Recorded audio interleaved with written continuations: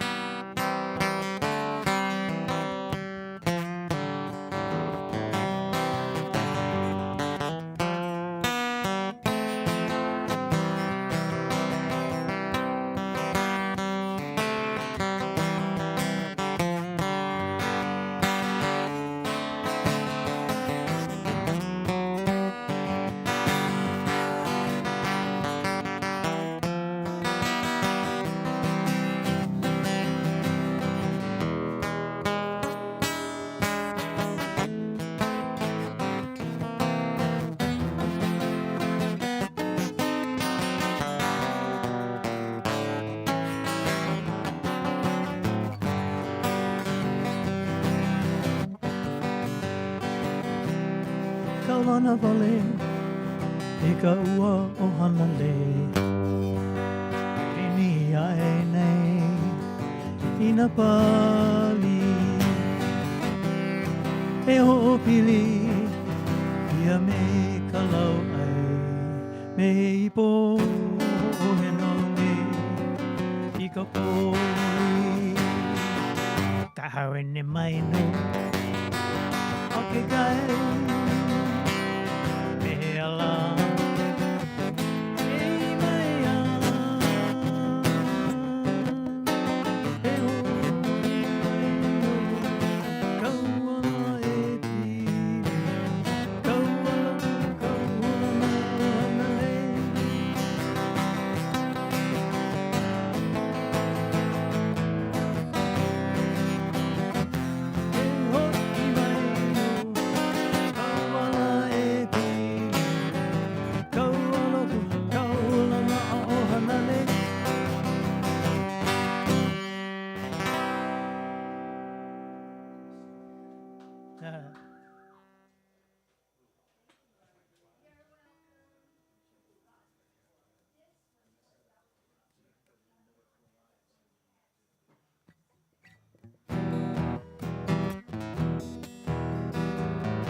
Sunny, yesterday my life was filled with rain. Sunny came into my life and eased the pain. Now the dark days are done and the bright days are here. My sun and one shines so sincere. Sun and one so true. I love you. Oh, Sunny, thank you for that sunshine bouquet, Sunny. Thank you for the love you brought my way. Gave to me your all in all, and now I feel 10 feet tall. Sunny, one so true. I love you. Oh, Sunny, thank you for that smile upon your face, Sunny. Thank you for the gleam that flows from grace. My life was torn like a windblown sail. A rock was formed when we held hands. Sunny, was so true. I love you. Oh, Sunny, thank you for the truth you let me see. Yeah, Sunny, thank you for the facts from A to Z. My life was torn like a windblown sail.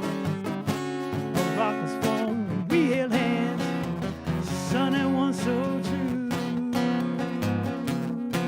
I love you.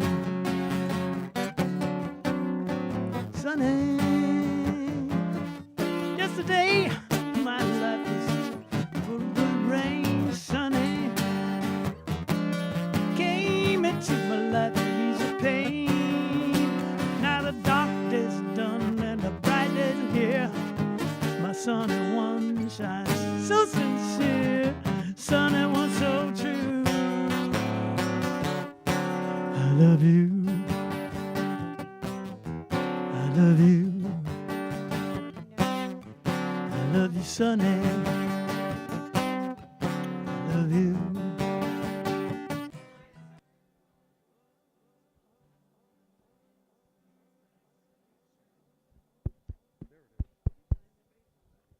Testing?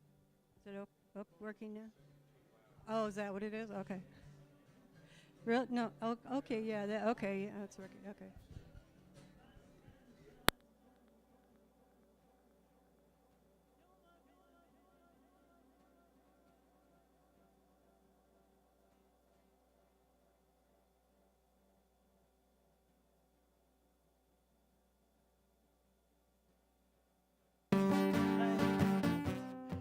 Let us suit your mood.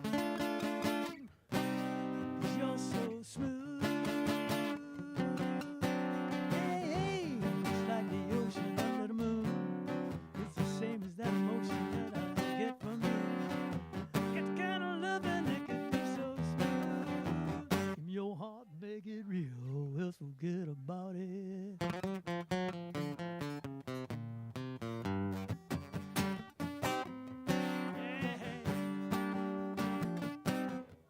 Tell you one thing, you would leave, it would be a crying shame. Every breath and every word, I hear your name calling me out from the barrio. Hear my music from your radio. Feel the turning of the world so soft and slow.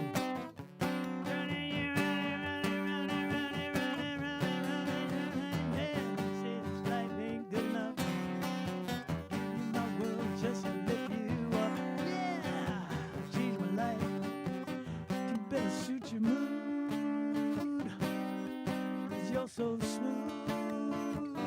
Hey, hey, hey, hey, just the same as that emotion that I get from you. Get the kind of loving that could be so smooth. Give me your heart and make it real, or else forget about it. Forget about it. I said forget about it. I said forget about it.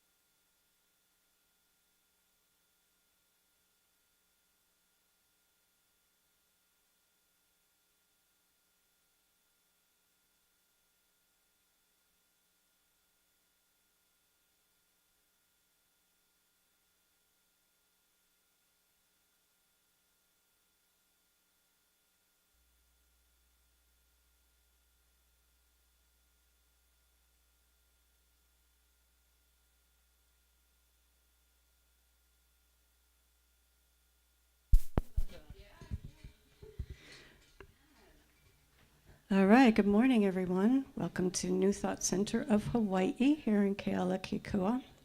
Welcome to everybody in the room, here on the lanai, and also everybody watching us on the internet. This morning, we'll start, as we usually do, with a reading from Science of Mind. And Leah, if you would be so kind.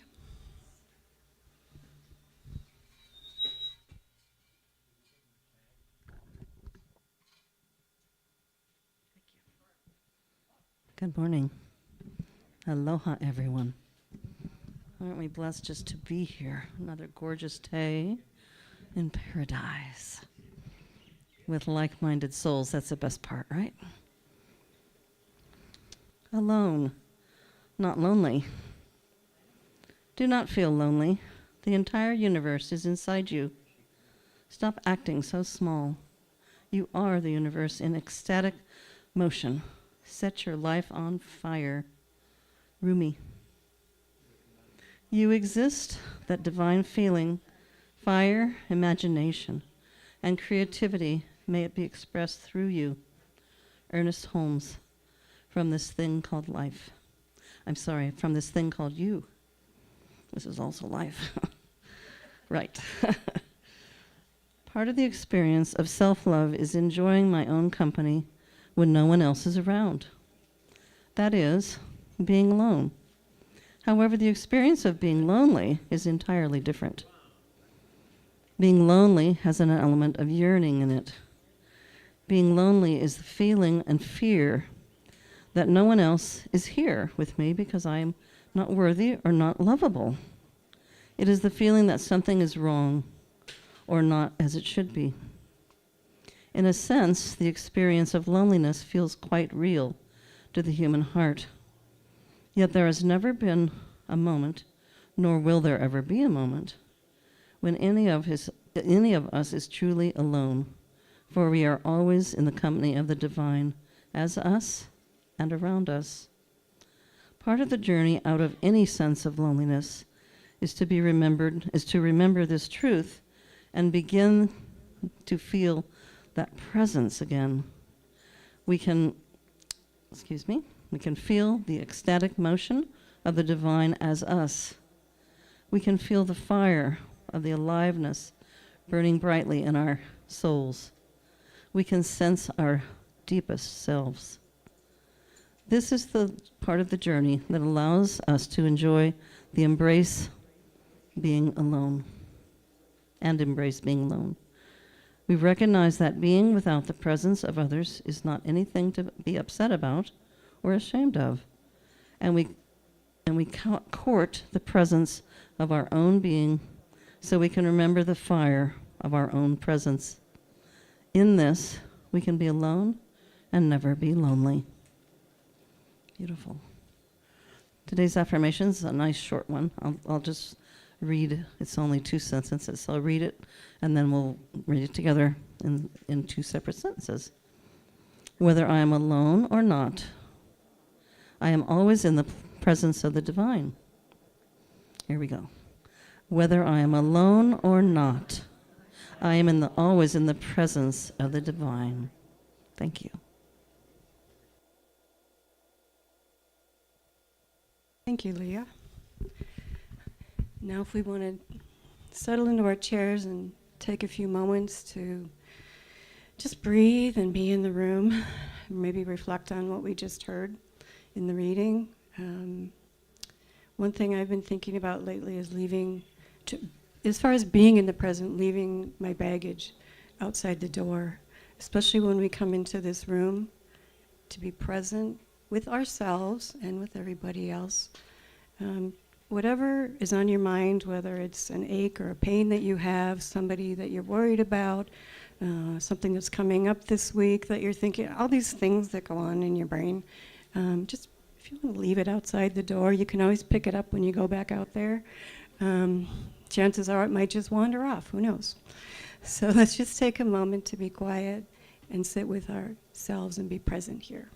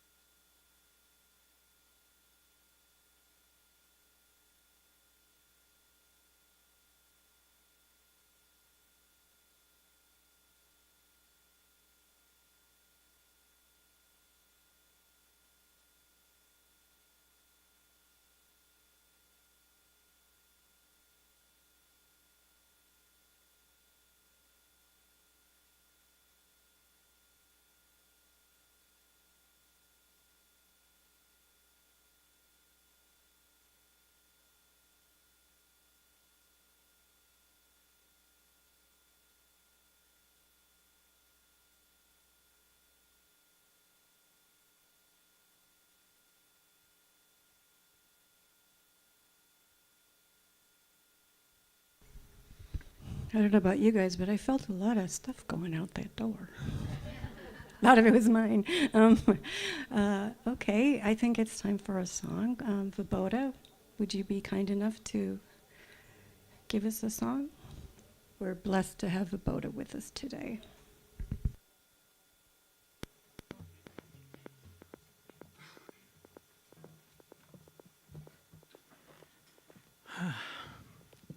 New Thought Center for Spiritual Living. Thank you so much for having me today. I really appreciate it.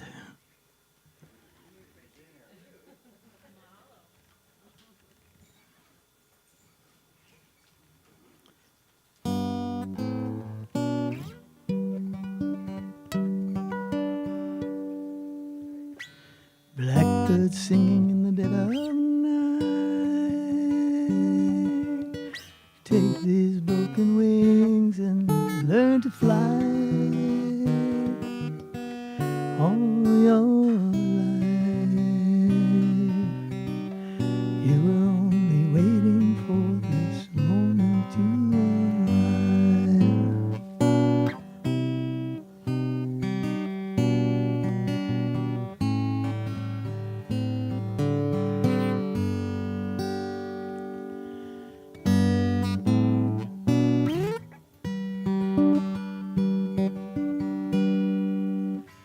Blackbirds singing in the dead of night. Take these sunken eyes and learn to see. All your life, You were only waiting for this moment to be free.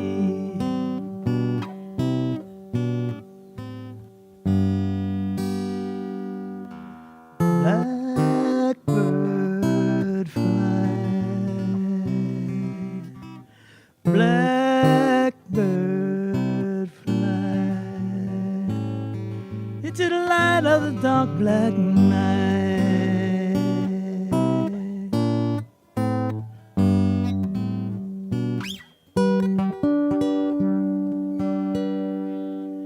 Blackbird singing in the dead of night.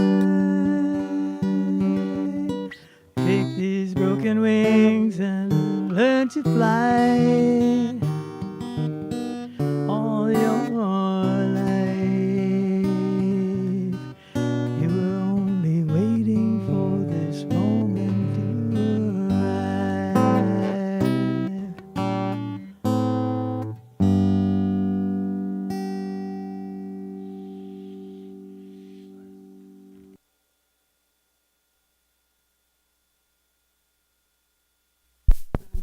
Mahalo, Vibodha. That's one of those Beatles gems that we don't hear too often. Okay, good morning again, everybody. I'm Cindy. I'll be your facilitator today. And as I mentioned, we have Vibodha for music and Michael Sudman, who I'll be introducing shortly. He's going to present for us today. Do we have anybody here for the first time today? Would you mind introducing yourself? Tell us who you are. Hey everybody, I'm Eileen, and I just moved here from bouncing around in the United States for a little while, but I've spent the last 7 years in South Carolina, where I very much did not enjoy anything except my 5 grandchildren. So now they're grown and driving, and that part of my life's done, so now I get to go, as my daughter said, Mom, you need to go find your people. Welcome. Was it Irene? Eileen. Okay. Eileen. Okay, got it. Thank you. Thank you and welcome. Yeah, you found your people, I hope. And that's what we're all about here. Oh, we have another new person? Oh, hi. Would you like to tell us who you are? My name's Pete. I lived on the island for about 15 years. I'm a good friend of Michael. I know him. I live on the other side. I live Mountain View. And I go to the CSL there sometimes, and the Buddhist place sometimes, and I try to do something nice for myself on Sundays. Good to be here. Again, I made Michael come over from the other side. Whenever I get a chance to come to Kona side, ooh, I love to do it. So here I am. Thank you for having me. Welcome and thank you for being here, Pete. Anybody else? All right. So yeah, that's what we are here at New Thought Center. Welcoming place where hopefully you find your people. We welcome and embrace people no matter what kind of spiritual path you're on, no matter what journey, where you are in your journey. Hopefully you can find some spiritual inspiration and some camaraderie. That's what we're all about. And speaking of appreciation, one thing we do here to show appreciation is we do the sign language clapping instead of the actual physical clapping. We find it just kind of doesn't disrupt the energy as much. And also just a little bit of history about New Thought. I was reading last night. It was kind of, I mean, there are roots that go way back with this organization. I'm just not going to go too far back, but in 1915, the International New Thought Alliance was formed. I mean, that's 100 and somewhat years ago. And so fast forward to 1971, our church here was chartered as a religious science church. 1981 is when the name was changed to New Thought of Hawaii.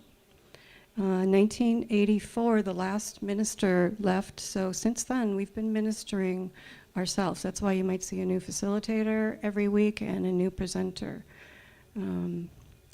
Let's see, okay, fast forward, 1999, we moved from Keaho to this spot right here.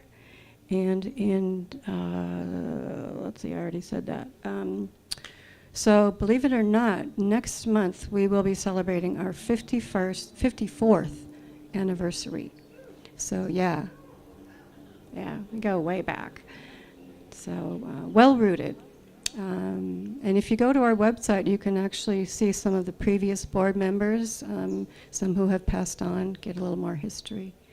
And okay. Let's see. Where are we going to go now? Okay. One of our favorite parts of the service is Miracles and Ordinaries, where people are invited to come up and share something that happened with you either recently or something you're just reminded of, that where the universe kind of tapped you on the shoulder and said, hello, we're here. Sometimes when we manifest things, or we think about manifesting them, or we want to manifest something, our little brains can't, we're limited as to how we can manifest these and how we think they might show up. The universe, God, spirit, whatever you want to call it, is infinite, has infinite ways to show us and bring to fruition whatever it is we're thinking about or we want. So a miracle or an ordinary is just that, recognizing when spirit is talking to you. Margie, would you like to share? I'm Margie, and I'm kind of nervous, so I had to get up out of the chair. Today is August 10th, and I'm thankful I said this to Candy earlier, so because I don't think I'm going to cry. But I experienced a real miracle, and we all did that day. I walked my dog up the hill where Dr. Wesselman and his wife Jill lived at the top of the hill on August 10th. And when I got there, a car came out of their driveway, and I knew Jill was on her deathbed. But the two, with synchronicity, the two caregivers were coming out of the gate as I was right there. And we said hi, and I said, how's Jill doing?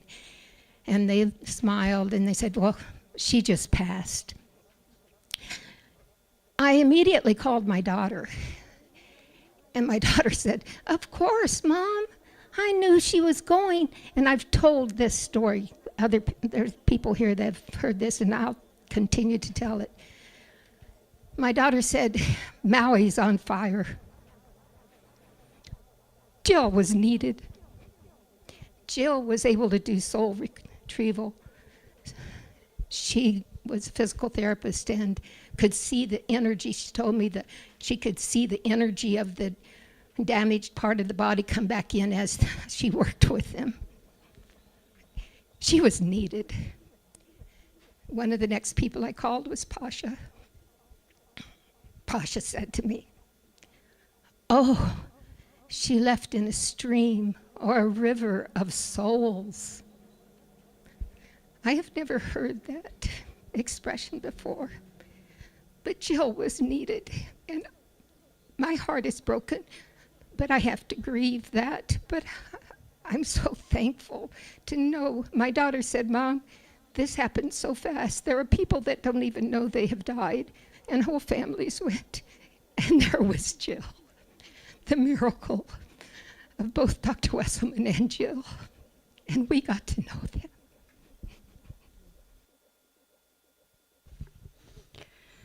Thank you, Margie. That's very powerful. Thank you for sharing. Candy? Thank you, Margie. That was beautiful. So it brought to mind an old miracle that I experienced when my father passed. He was in hospice in a lovely setting with a stream beside going outside his room. And he was a big, herking kind of guy, real masculine kind of guy. And when he passed, I got to be there, and I went straight away outside to go to the water, because that's what I do. And I heard a little tinkling, like a wind chime, going down the stream. Too close to the speaker. It's okay. That's it. Oh, that's okay. Thank you, Candy. Gosh, or you go next. Good morning again. I'm Leah, and since today is about grieving, which all of us experience in one way or another, maybe numerous times in our lifetimes, and the older we get, yeah, there might be more of that, which is sort of normal, right? I had a 36-year-old son who I raised by myself, and he made his transition about 1.5 years ago. And I was kind of new to the island, and I had just found New Thought via Aaron, and I asked Pasha, I want to do a celebration of life for my son here on the island. And I had half of his ashes brought over by some friends, and half went in the Pacific on the west coast, but half went here in the ocean. And Kumukala Ching did the beautiful Hawaiian ceremony for him at Ho'okena on his birthday, January 24th. It was a beautiful ceremony. And when I was organizing the event, which was obviously very special, I said I need a photographer, a videographer, a musician, and again, Pasha said, call Vibodha. So Vibodha not only sang, but he listened, he learned, my son was a musician, beautiful guitar player, and he learned one of my son's original songs and sang it, and it was extra special. And then this morning, what was one of my son's favorite songs he would sing for me? Blackbird. So he's here this morning. Thank you.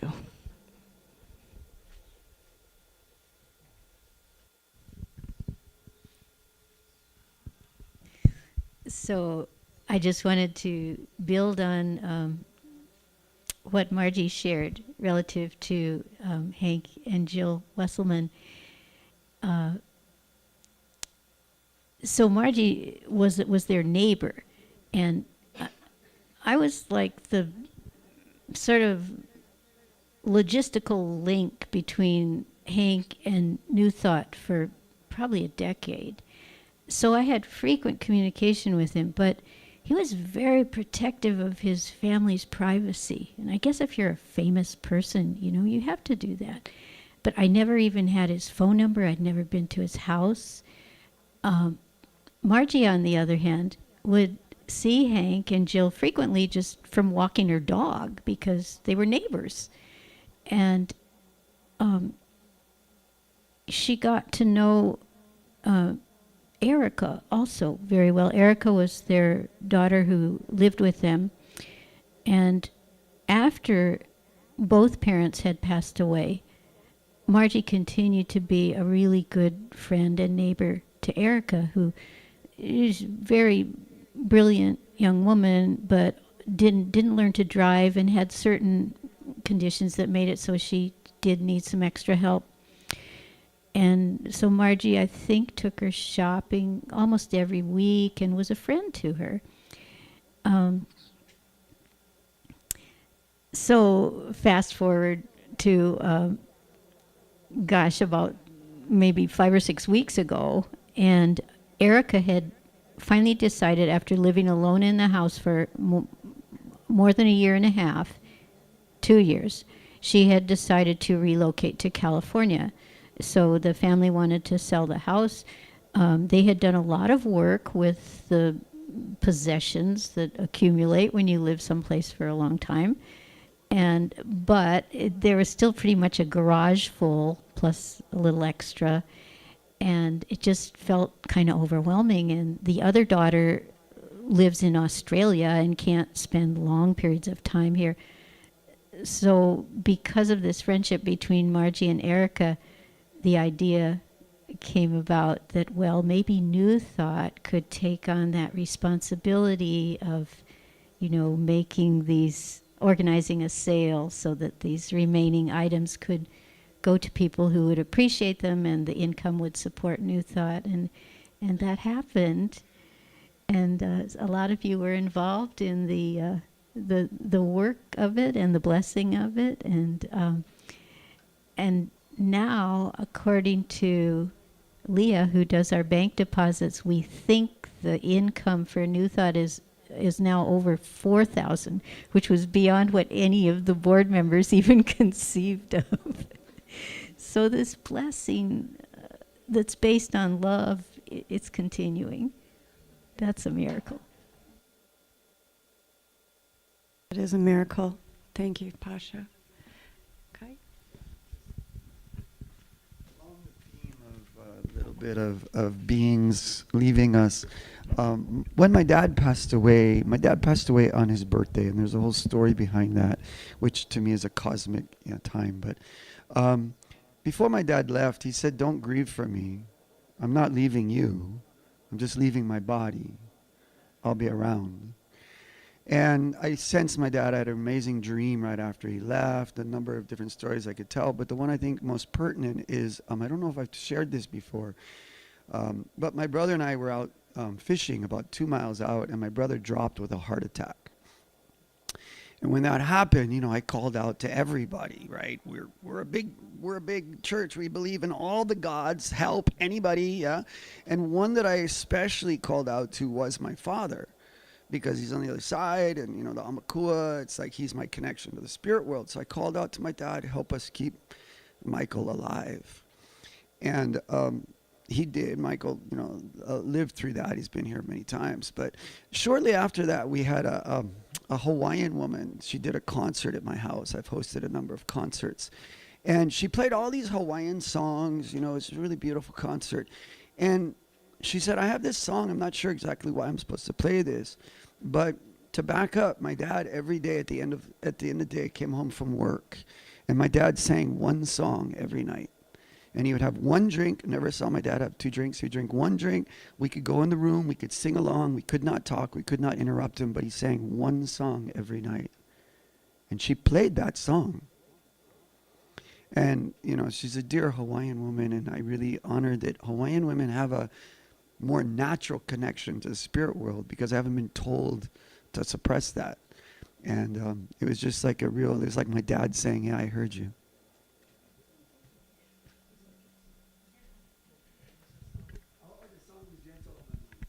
Oh, yeah. Glenn Campbell. Love that. We have time if somebody has something they'd like to share. We have time for one more. Everybody's good? Okay, well, thank you to everybody for sharing with us. Okay, I think we have time for maybe another song, Vibodha.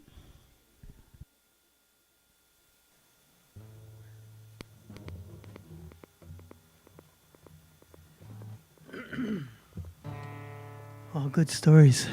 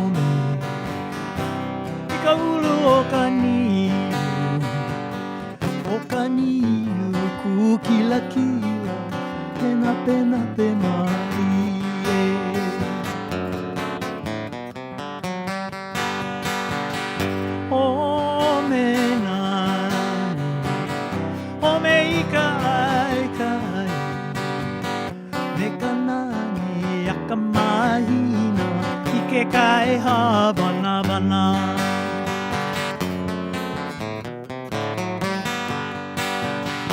O me nani O me ikai kai Me ka nani a ka mahina I ke kai havana vana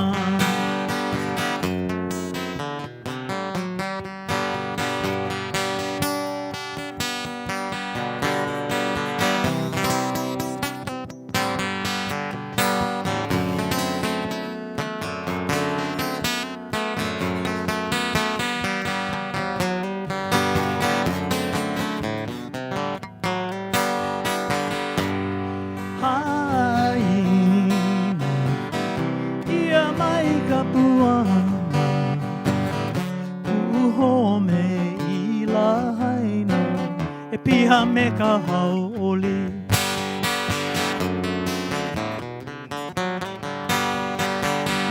Haina ia mai ka puana Uhome o lahaina E piha me ka hauoli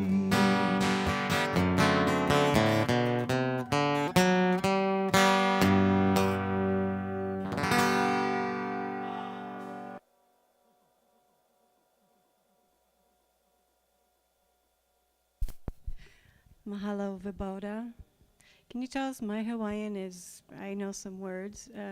I caught the word happy in there. What is that? Can you tell us what that song is about? That song?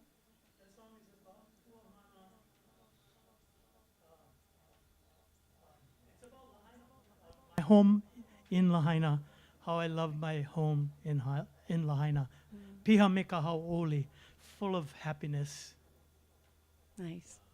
Thank you. Okay, we're moving to.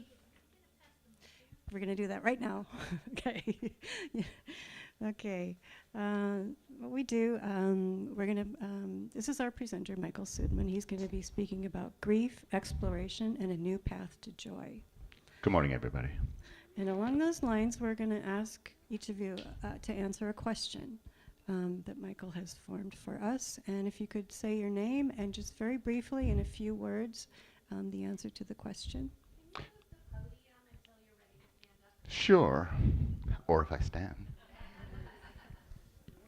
My question is, do you guys each have a story that you tell about your life when you're dealing with grief or sorrow? And is that story close to the truth?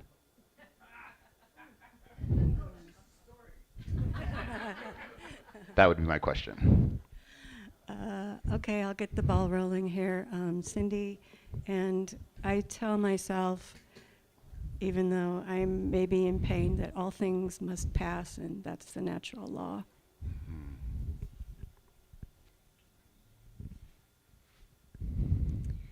My name is Pasha, and I think I'm going to pass on the question. I want to give more time to hear Michael's answer.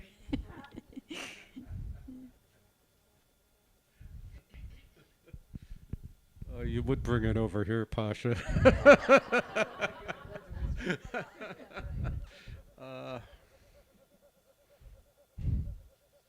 To be honest, I usually stick my head in the sand and just hope it all goes away. I'm Randy, and yes, I do have a story, and it is pretty close to the truth.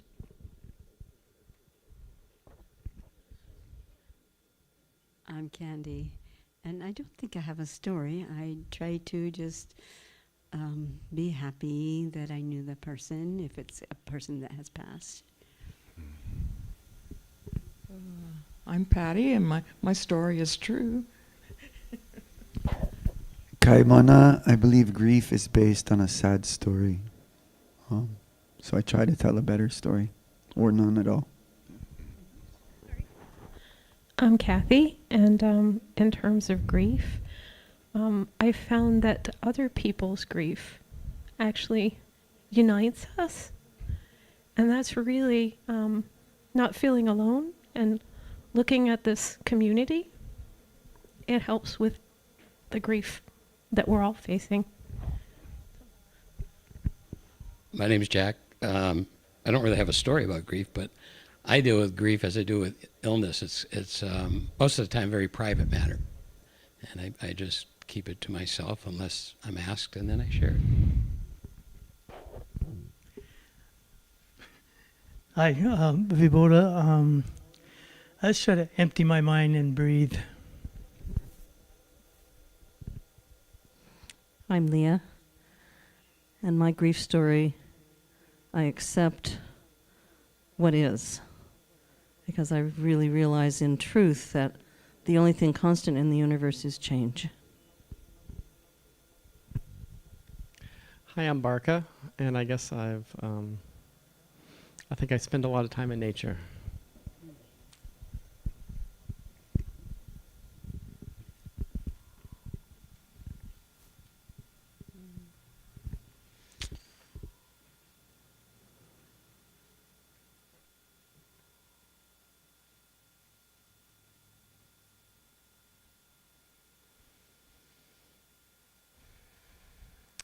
So I'm Erin, and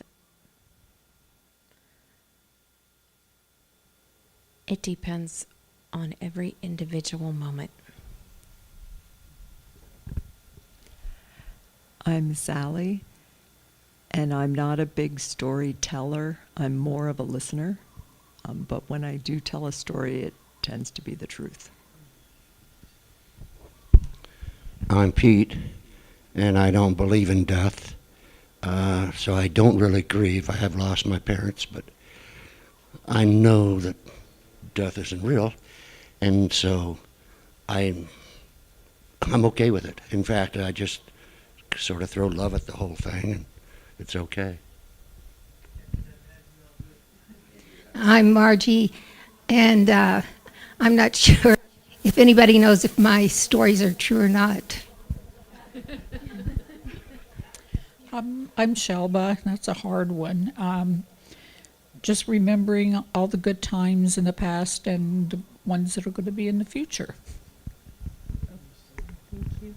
Eileen again, and yeah, if I'm gonna tell a story, it's going to be definitely my truth, and if I can't do that, then I'm just not going to say anything at all. And I think where my grief is concerned, I kind of love being older and wiser. That's helped. But I remind, like with my recent grief, I remind myself that I'm not grieving for them.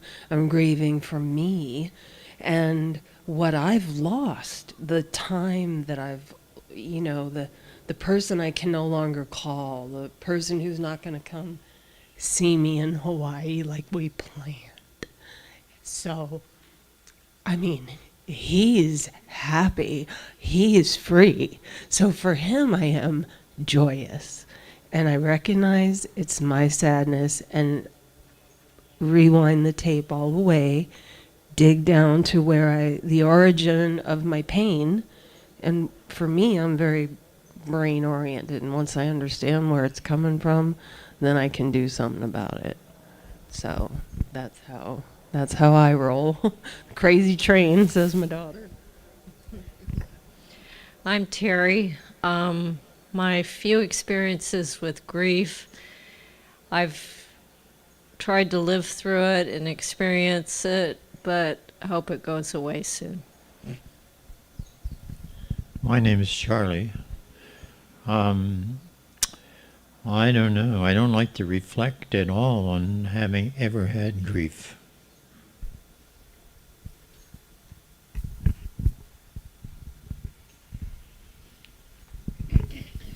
I'm Trish, and I try to be really truthful about my stories, in particular around my journey of grief. I think it's helpful for other people to really understand that they're not alone and that whatever their experience is valid. And there is a way to journey through it together, especially, I believe. All right, thank you everybody for sharing. Now let me introduce our presenter, Michael. If I can find it here. Here we go. Michael grew up in Hollywood. Hollywood, California. Can't you tell? He and his family moved west, and more than 5 years ago, Michael settled in Pune, where he lives with his three cats, and on his farm, tending to tropical trees, plants, flowers. He is also the loving father of 2 adult children. He was raised in a Reform Jewish family, so he didn't have a very religious upbringing, although he always had a connection with a higher power. Now, Michael's connection to God grows each day, moment by moment. He has been a student of A Course in Miracles for many years. He is also a practicing attorney for the past 25 years, specializing in family law and conflict resolution with a focus on assisting families in child custody cases. His own experience with grief is that he lost his beloved wife almost 2 years ago now. He also walked the Camino de Santiago for over 6 weeks. Was that last year? Just came back on July 7th. Oh boy, okay. And you released some of your wife's ashes in places that you felt were appropriate. And you're also a poet.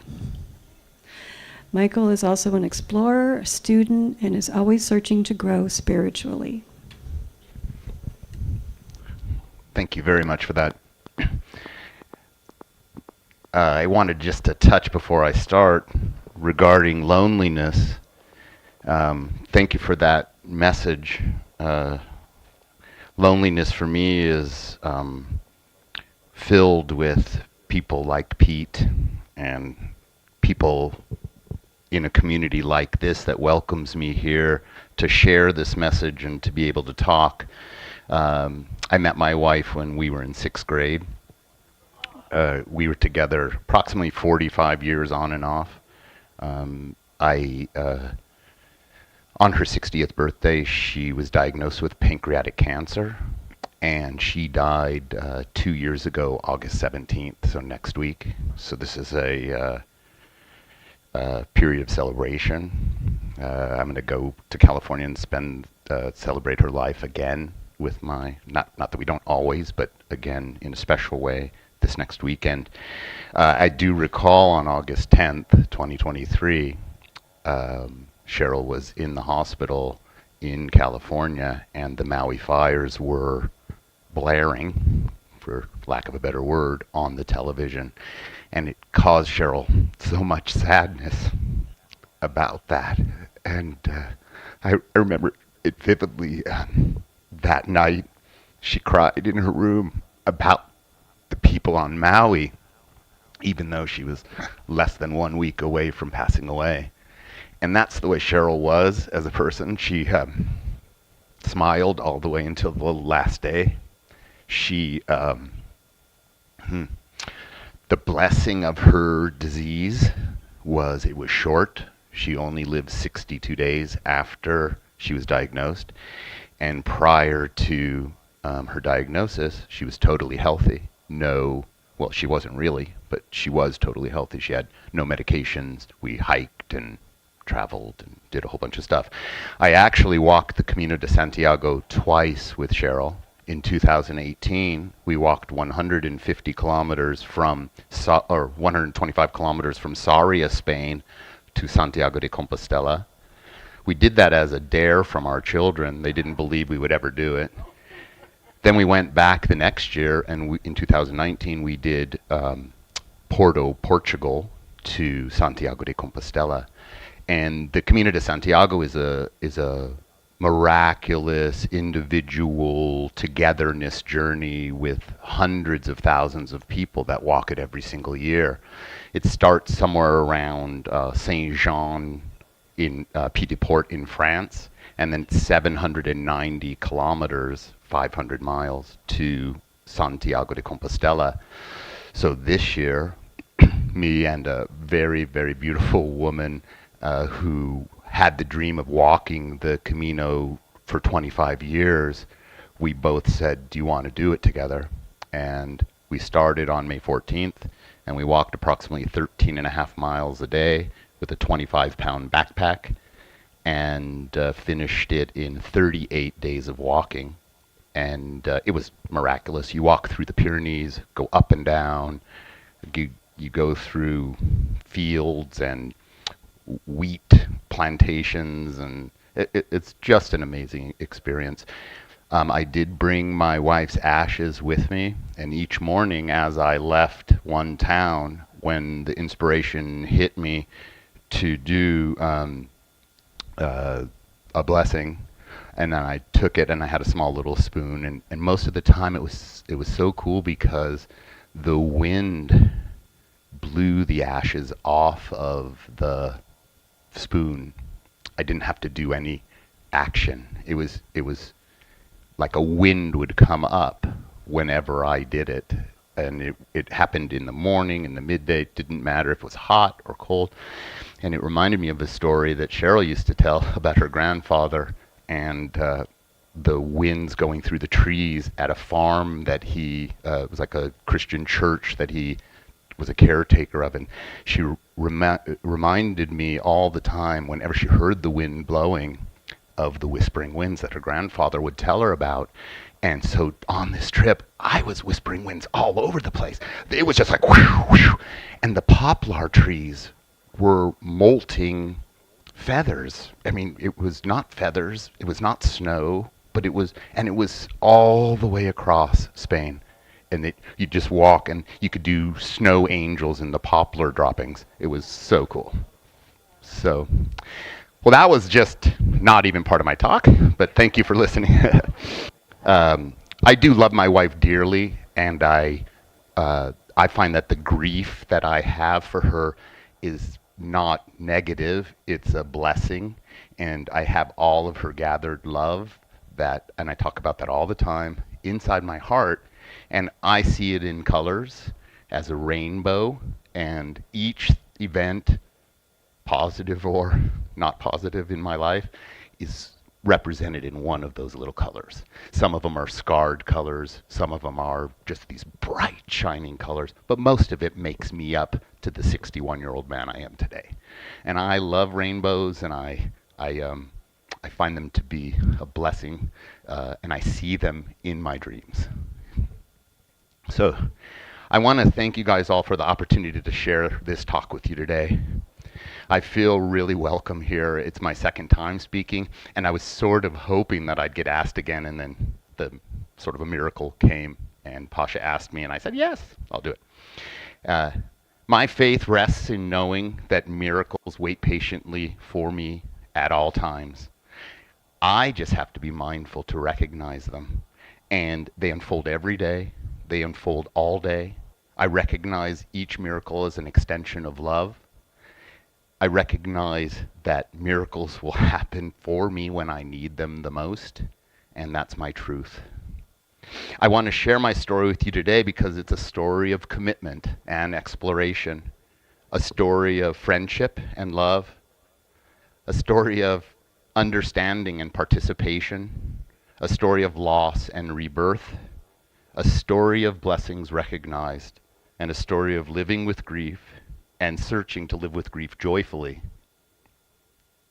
My story is unique, but maybe not unsimilar to many. As I heard this morning, we all carry some memory of grief with us. We all have our own unique history. But I believe that we all share divine light with one another. And in that light, miracles are present and miracles are witnessed. I was born in the 1960s. Now tell me that was a miracle right there, yeah. That will not happen twice. That was cool. Yeah, I was born in the 1960s in a middle-class castle on the hill. I attended the same elementary school from kindergarten through 6th grade. My wife actually was in 5th grade and 6th grade at the same school. It was called Wonderland Avenue, a perfect name for young hippie kids. I was a family of 4 children, 3 older sisters. I was the youngest. I had a loving, caring mother and a father who disappeared by his own choice. My life changed when I was 9. It's when my parents got divorced. Quickly, my story became an apartment in the San Fernando Valley, empty refrigerators, utilities suspended for lack of payment, truant officer visits to my home. A father disappeared, a loving mother, hanging with the neighborhood kids. I wasn't a bad kid, I just wasn't conforming. I was a latchkey kid. No parents around to supervise, and all the newly single mothers in our apartment complex had to work to make ends meet. The Pepper Tree Apartments was a sprawling complex of broken up families, a jungle gym for teenagers searching for purpose. I might remind you it was the 1970s, and some of us may still remember them. At this point in my life, I learned to tell a good story. In fact, I made up most of the stuff about my life. I shifted my focus from what was really happening in my world, and I created a different world. And I was good at it. The stories allowed me to compartmentalize trauma and dream about something better, a life that my life would be at some time. I projected it. I was dreaming of a future life, describing my detail and vision, the process step by step. That's how my mind worked. I could see everything, although the stories weren't true. The facts that I was telling weren't really happening. They were made up. So I recall this one event. I was 18 years old, and I was with my best friend and his girlfriend at the time. I started doing that, telling my story, dreaming about my future life. And she interrupted me, and she said, right mid-word, "You are all talk and no action." Wow, that floored me. I was insulted. I thought, who would say that to someone? But was she really insulting me?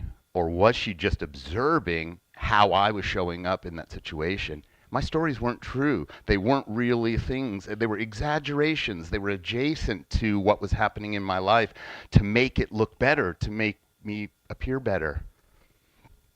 I understood right then and there that dreams in my world won't manifest unless I take action. I can think about everything. I can make a color happen. I can see it all. But unless I take personal action, I'm not going to change my life, change my circumstances. Yes, amen is exactly it. I realized then that I had to do it. I had to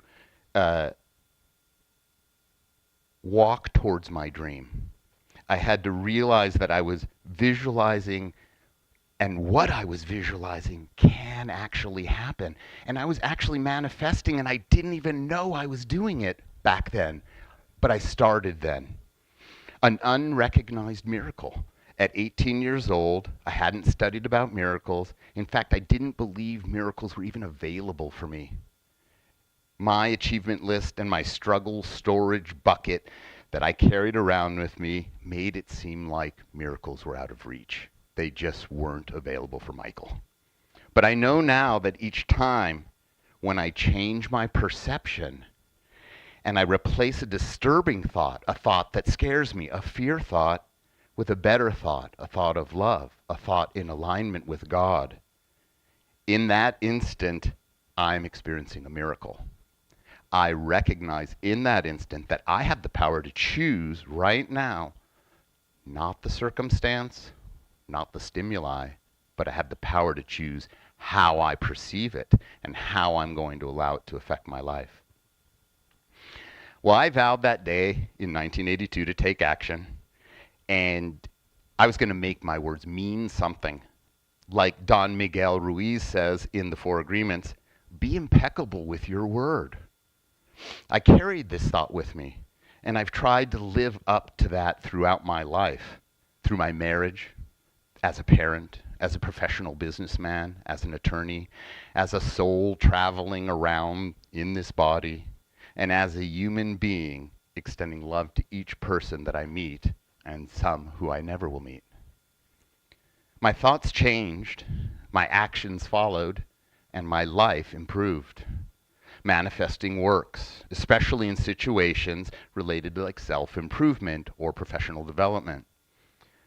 But how do we think about it in relationship to loss? How do we perceive and process grief when we're faced with it?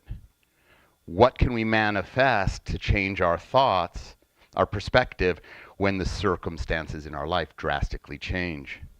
Well, something happened to me personally.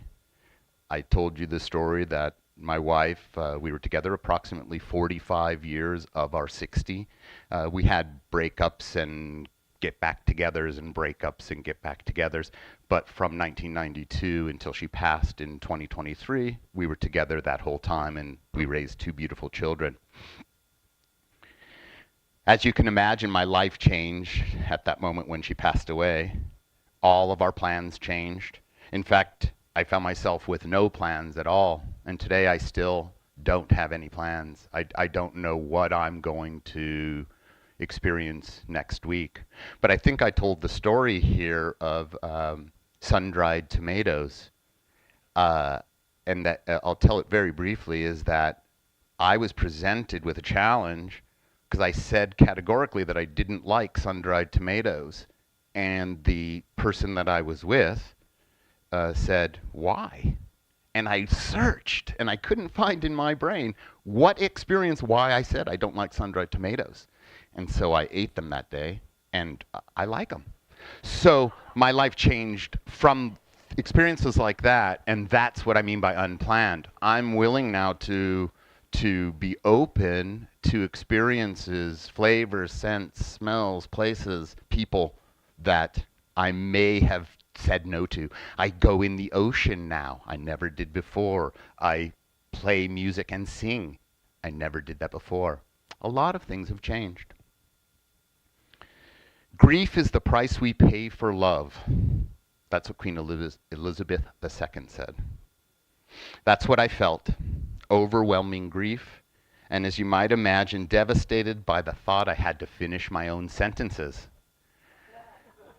Wondering where I would fit into the world as an individual, just me. In the past, Cheryl and I were an us. We raised each other. Our story was fantastic and full of excitement, even with the many bumps and obstacles that we faced throughout the many years.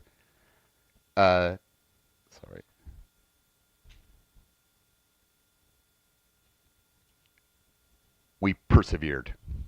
And our perseverance thrived. We thrived together, we supported each other, and we loved each other unconditionally. In an effort to heal, just like 1982, I needed a good story, a new story for me, except instead of using a story that I make up about my life together, about our truth, about the life we enjoyed and shared, I realized that that story was already a good story. I didn't need to embellish or exaggerate. It was already perfect exactly as it was. Like 1982, I shifted my focus from what was really happening in my life, devastating loss possibility, and I created a different world, a world where I can survive, and a world where I find peace in my heart, a world where joy is recognized, and a world where joy is a requirement for me. These new stories allow me to compartmentalize this trauma in order to dream about something better, a better created life, the one I will have. My future is created out of love and miracles. If I take one step in the direction of my dreams, I watch to see the universe perform miracles for me. Alexandra Domel said that. 40 years later, since 1982, I find myself dreaming of a future life and a new life for me. I begin in my head by describing in detail the vision, then I create a process of my thoughts step by step. But unlike 1982, I now recognize miracles in the process all the time. And I recognize the pure joy when I'm creating that dream plan for my future. And I recognize my dream plan comes from my soul's eternal guide. The day my wife passed away, 1 hour before, I was on the phone with the mortuary trying to make arrangements. We knew she was in hospice. We knew she was going to pass. And I received a call from Hawaii. We were in California. I received a call from Hawaii that one of our 5 cats passed away on the day that Cheryl passed away. And Wally was a cat that came every morning and laid at my wife's lap, and they had coffee together and pet, it was a thing. And I remember the feeling that I had of a miracle at that moment, not like overwhelming grief about Wally dying, but more like when Cheryl passes, Wally will be there to wait for her. Yeah, but then I inherited 4 cats after that, and one just recently passed away when I was walking through Spain. So I thought that story was appropriate. I recognize for me to continue on my path, my exploration, that I have to rely on a higher power, that it's a gift to me, a gift given to me by God, and it's a gift that is available for all of you. The gift is divine love, a love that can be shared, a love that can be freely exchanged between each of us. We all have that higher power flowing in us, and according to Wayne Dyer, prayers are us talking to God, but intuition is God talking back. God is love. God is my truth. My intuition has guided me since my wife's passing, and maybe throughout my whole adult life, and for sure since 1982. Love is the great miracle cure. Loving ourselves works miracles in our lives. Louise Hay said that. I understand as my truth that God is love, and God's will for each of us is perfect peace and happiness. That's from A Course in Miracles. According to A Course in Miracles, loss is impossible because all souls are eternal. According to the teachings, God does not create pain and suffering. I make that happen enough for myself. A self-propelled destruction of oneness with God.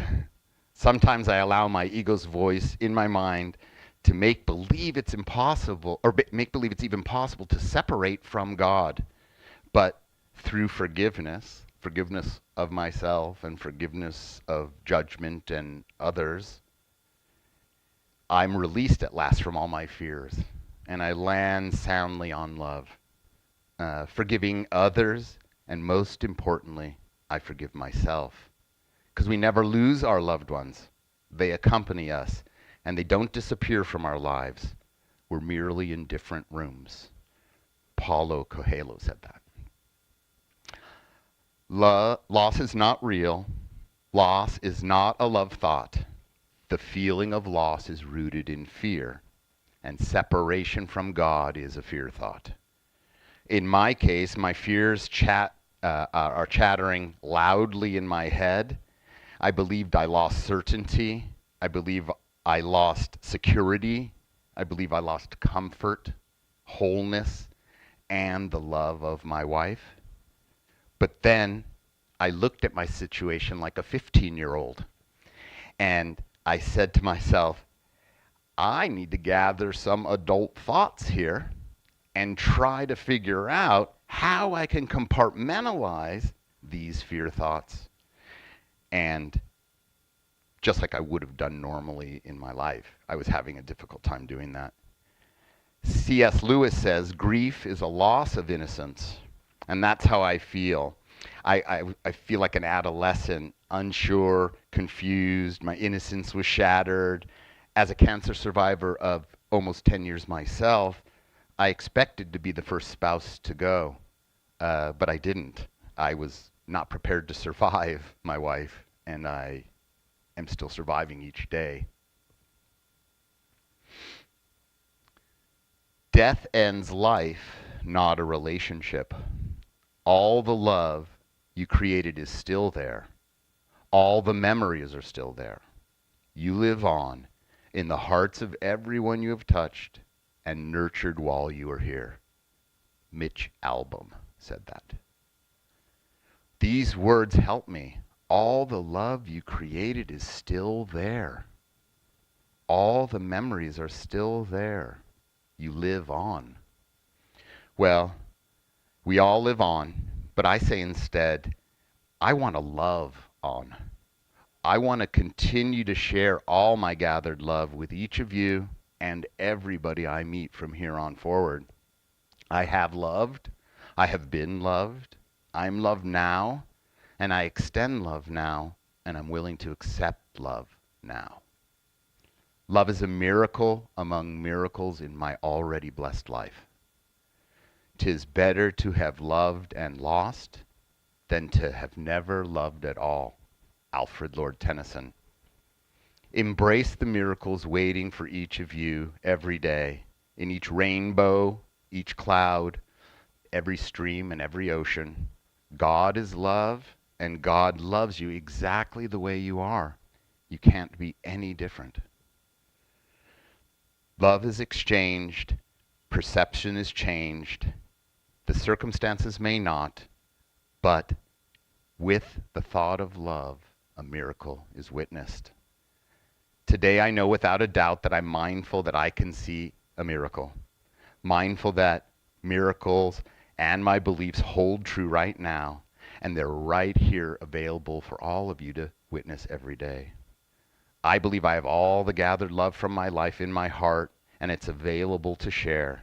I believe love is expressed in rainbow hearts, rainbows of love from every source, rainbows of love brightly witnessed within you because they're illuminated by personal introspection.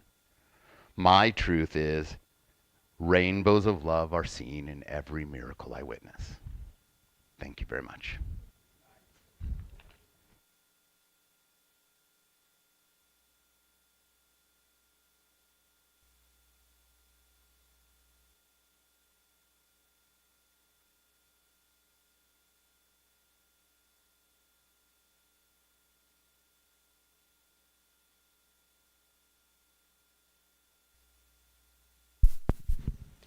Thank you very much, Michael, for sharing your story. And I think Charlie's gesture is indicative of what we're all feeling right now. It's very warming, very inspiring, and heartfelt, and something that's intimate to you. And thank you for sharing it with us. In the sharing, I feel healed, and I appreciate you listening. Thank you. Does anybody have any questions for Michael? Kathy? Actually, I'm experiencing a miracle in ordinary right now. And having listened to Leah and Kamana, my mother-in-law is here. Okay? When you played Blackbird, that was what my brother-in-law played as she was leaving this world. My husband is Jack, and he doesn't come here all the time, okay? My mother-in-law was Jewish, okay? I was brought up in a Catholic family. When she passed away, I read at her funeral, and I have no idea where the quote comes from, but it's coming through me right now. And I said, grief never ends, but it changes. Grief is a passage. It's not a place to stay. Grief is not a sign of weakness nor a lack of faith. Grief is the price of love. And when you spoke about rainbows, rainbows appear every time I mention my mother-in-law and my father-in-law. And at every family wedding, a rainbow appears. Every single time. And there were rainbows not here, but in Massachusetts, Rhode Island, you name it. So I feel her here.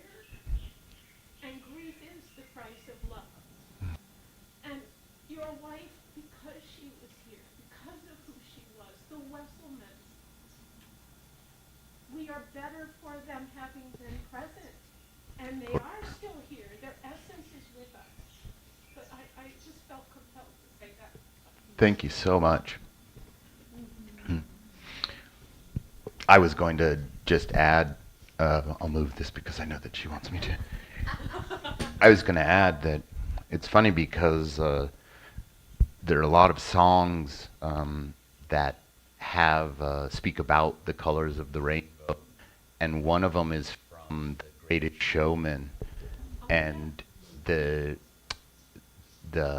words go something like, "In my dreams, the bright colors shine in my head," or something like that. And I really do have that that I carry with me, and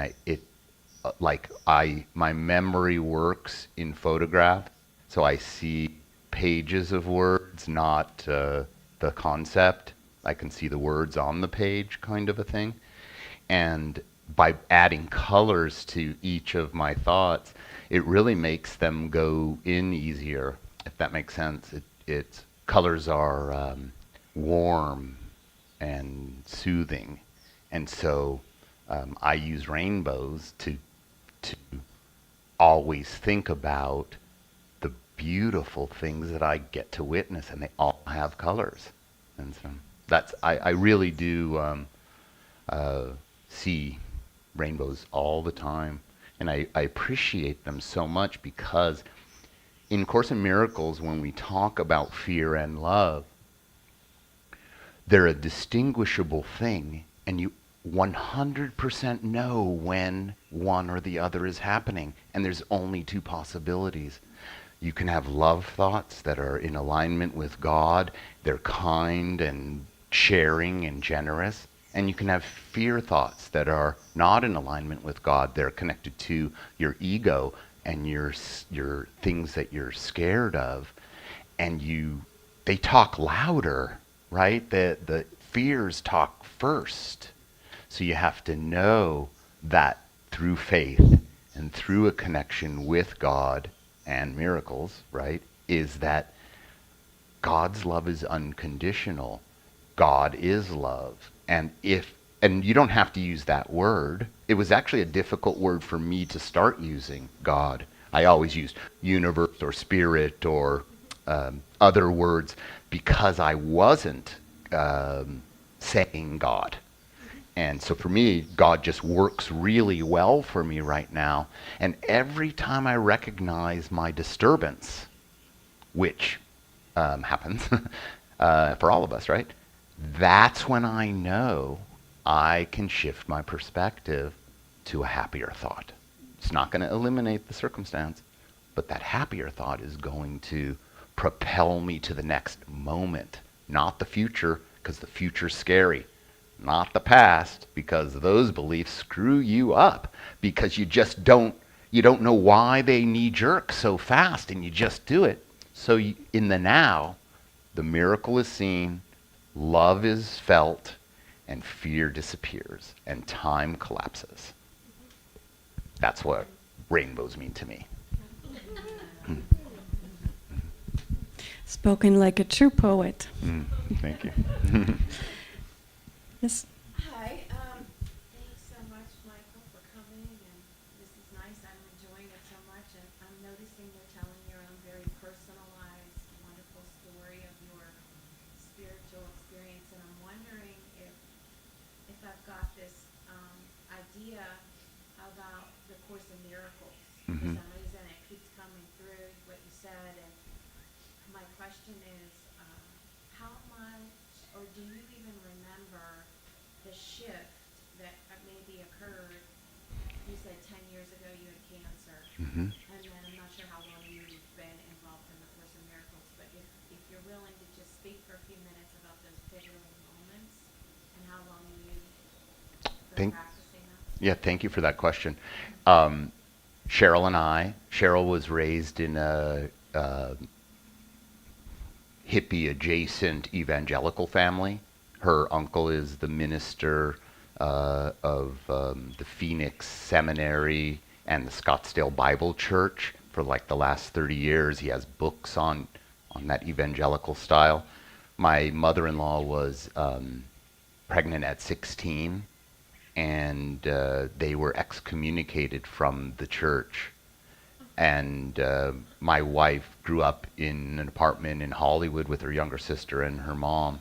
And her father wasn't in the picture. Well, I grew up in a not-religious Jewish family, and my mom wasn't really a hippie, but she had that kind of like unconditional love kind of feeling. So when Cheryl and I got together, we were at first 14 and a half, and I was smoking a cigarette, and she was smoking a cigarette. It was on the lawn at high school, and that was where all of us cigarette smokers, we'll call us, went to. Anyway, so she reminded me that we went to 6th grade together, and we were together from that day until 3 weeks before the senior prom. And our life was always like that, where we had these two totally different family backgrounds, but that didn't really affect our dysfunctional single mother backgrounds.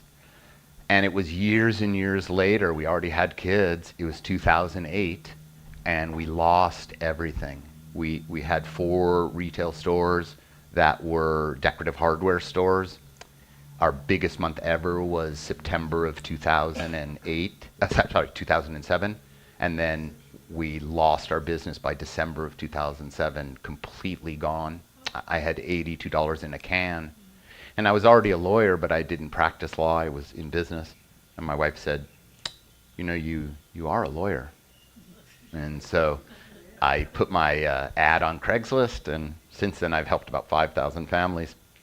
But it was through the Unity Church and introduction to Course in Miracles where I could get out in front of my judgment of myself, the failure of losing everything. My daughter was just about to go to college. We had no money to pay for it anymore. My son was in the 8th grade. And we, of course, my wife wanted it to be completely not transparent. What's the opposite of transparent? Opaque. She didn't want our kids to know we were struggling. I'm like, well, that red notice on our house that says you got to move in 30 days probably is going to be an indicator. So we found A Course in Miracles, and it's one of the first things they say in the introduction is the course is mandatory. It's only voluntary when you take it. So at one point in our life, we're all going to face, it's not a religion like, although Christ's face and Christ's light is very apparent in the God is love context, the unconditional love of Christ, the love that's expressed by that. In these lessons, I learned how to recognize that the thoughts that are disturbing my joy were made up by me. They're not created by God. And once I realized that, the lessons flowed like music. At first they were like, you say God and Jesus all the time. I'm Jewish. I can't hear God and Jesus.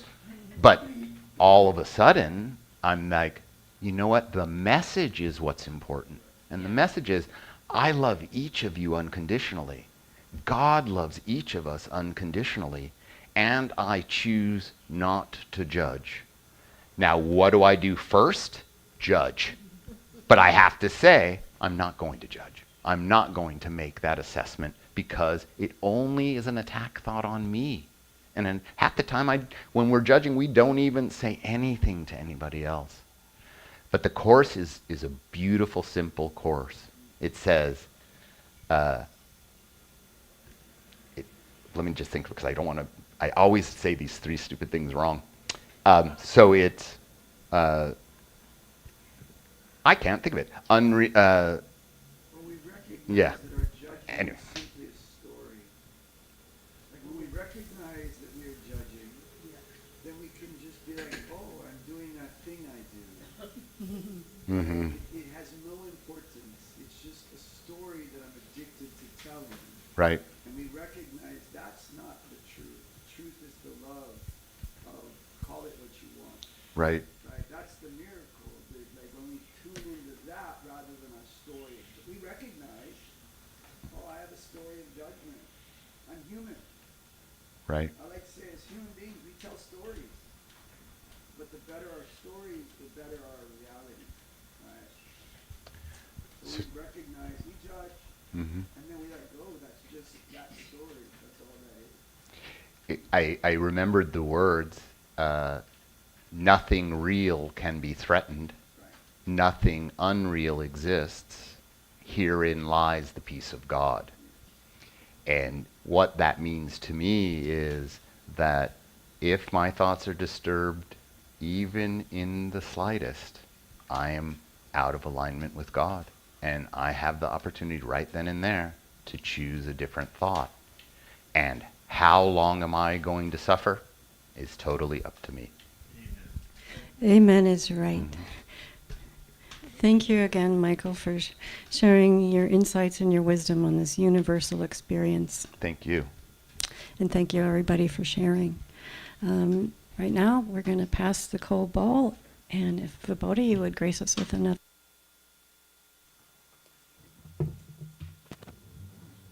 Share with us financially to help support us here, or share with your prayers, whatever you feel moved to do.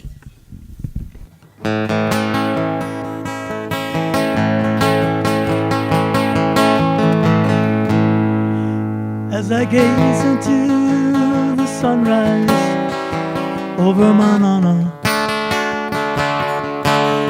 Eke ana o ke akua kolori, and the canopy of mist over Kaohikaipu sits above the waves that find their destiny. Kaulana o Makapu Uahivi kukila kila ia kaupo. One look and you will find a place like no other kind, a little heaven on earth, Makapu. Kalapu, where the wind flows out to sea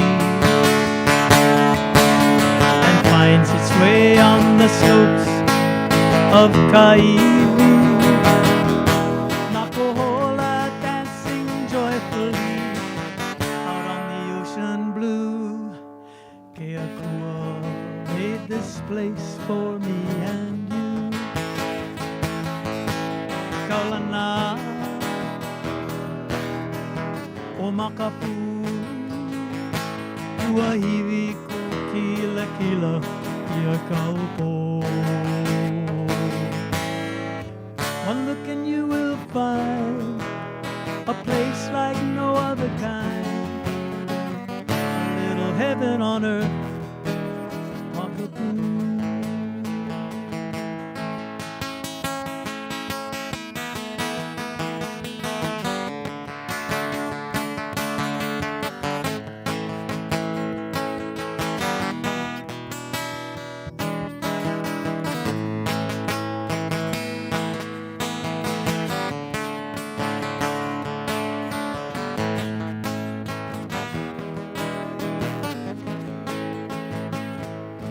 Kaulana o Makapu Uahiwi ko kila kila ia kaupo. One look and you will find a place like no other kind, a little heaven on earth, Makapu. As I gaze out into the sunrise over Manana, Eke ana o ke akua kololi, and the canopy of mist over Kaohikaipu sits above the waves that find their destiny.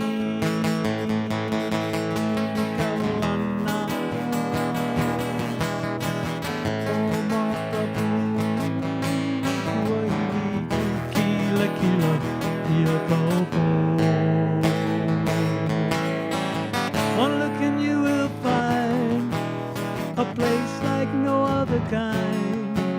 A little heaven on earth, Makapu.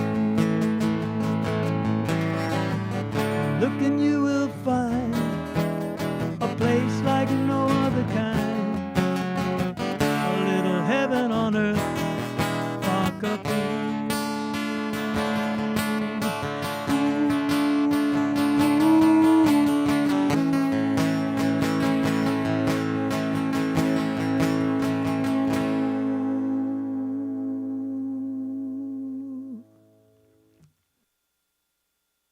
Thank you again, Vibodha. We on? Yeah. Okay, we're going to close up this service with a few announcements. First of all, Michael, can I ask you if you have anything to announce, anything share? I know that you have maybe some books on your poetry. Or if somebody, how can we find you if we have further things we want to...